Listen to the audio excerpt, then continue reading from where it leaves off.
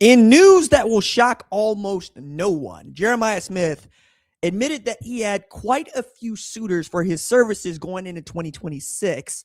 Let's talk about what he had to say to those suitors and what it means that the best player in college football has never hinted, never wanted to leave the place where he first committed and signed to play college football. What's up, kinfolk? It's RJ Young. I am not on a step mill. If this is your first time watching Adapt and Respond, thank you for joining us here. We talk college football year round. If you're into that, hit that subscribe button, like this video, answer the question in the comments below. What do you think that Jeremiah Smith is entering year 3 at Ohio State and has never once looked to not only enter the transfer portal, but renegotiate his deal in public? It is one of the better businessmen playing college football that I've seen in recent times. And I'm going to say that because Darian Mensah exists, right? Brendan Sorsby exists. Sam Levitt exists. Cam Coleman exists. Even Caleb Downs exists. These are all guys that have transferred for one reason or another. Now, Downs is a bit different. Nick Saban retired, and that is the guy he wanted to play for.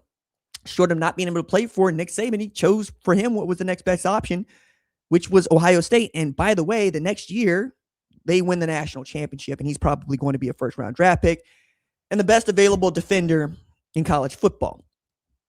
I think this is important to note. I think it's also not a surprise, right? So what did Jeremiah Smith have to say about this during spring ball? He said, I wasn't surprised. I knew, especially at the end of that game, Miami in the Cotton Bowl, that a certain program was going to come at me very hard. Not going to say no names. I think everybody here knows who it was, but I wasn't going nowhere.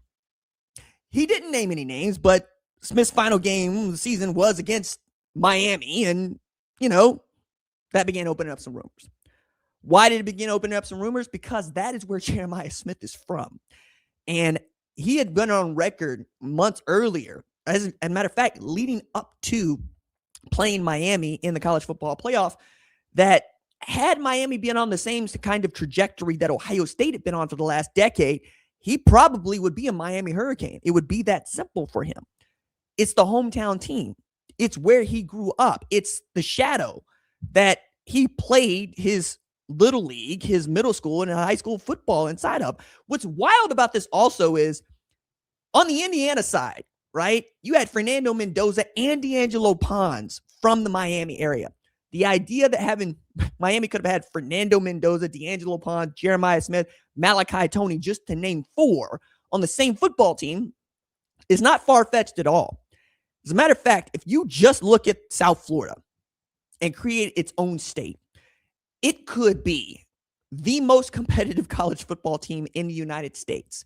That is on par with roping off the state of California, roping off the state of Texas, roping off the state of Georgia, roping off the state of Ohio. All of these could field their very own really great Power 4 teams. But coming out of Chaminade Madonna Prep in Hollywood, Florida, again, there's just one place where people wanted to go, and that's all because the U was once the U.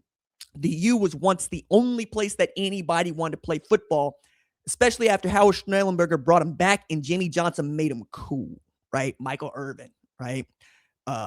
Melvin Bratton, right? Alonzo Highsmith, Ray Lewis, Ed Reed, right? That 2001 Miami team, which was so much fun.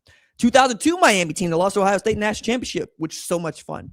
That is what Mario Cristobal has been trying to get this program back to, and he's got all the money that he needs. I mean, they essentially helped get Darian Mensah out of Duke because they kept missing on a quarterback. I think they wanted Ty Simpson. They wanted Sam Levitt. They wanted, my goodness, any number of quarterbacks to come and give them a shot. And they ended up settling on a guy that brought Duke to the ACC championship as one of the best quarterbacks in the league. But knowing that Jeremiah Smith had that opportunity and chose to turn it down, chose to stay at Ohio State, tells you 2 things. One, he's very sound in his decisions and his beliefs. 2, Ohio State never gave him any reason, both from a competitive advantage and from a financial advantage, to even think about leaving the place. And that is a testament to the machine that is Ohio State. The Buckeyes really do serve as the bedrock, the foundation for economics in Columbus and the state of Ohio. I had this conversation with Cardell Jones a couple years ago, just as NIL was coming online. And he told me that he talked with an economics professor at Ohio State who said that the 6 games that Ohio State plays at the shoe every year represent $1 billion in economic impact to the state of Ohio each. A lot of people eat when Ohio State plays football. A lot of people eat when Ohio State wins. A lot of people are upset and might not eat if Ohio State is not good.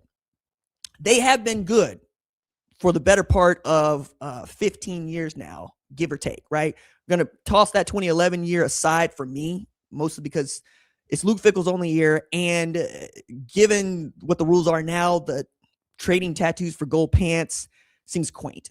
But from the moment that Jim Trussell took over the program, there's been the one blip that was 2011. Every other year, Ohio State has been good. Have they played for national championships every year? No. Have they been one of those teams that is perennially one of the 10 best in college football? Yes. And they've done this from, again, Tressel to Fickell to Urban Meyer to Ryan Day. And a lot of it is because they can not only land generational talents like Jeremiah Smith, but they can also give them the kind of structure, foundation that they need to excel. I never forget, Garrett Wilson was asked a long time ago, why did he commit to Ohio State, having played high school football in Texas, as opposed to the University of Texas anywhere else?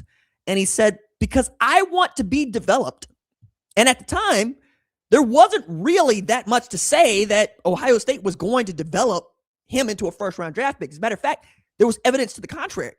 Before Garrett Wilson and Chris Olave, Ohio State hadn't had a first-round draft pick at wide receiver since 2007.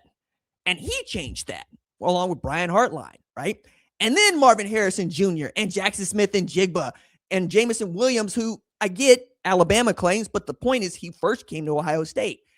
And now Carnell Tate, soon Brandon Ennis and Jeremiah Smith, and perhaps even Chris Henry. It's phenomenal what they've been able to do. But the idea that Jeremiah Smith was being courted, yeah, we could all see it. Will it stick? That someone else wants to get him there? I mean, you can want all you want, dog. You can want all you want. Until you make a better offer, a better package, and you can't, he's going to be a Buckeye. And I love what that says about him. I love what that says about the sport. If you're doing it right, none of the players have any reason to leave you.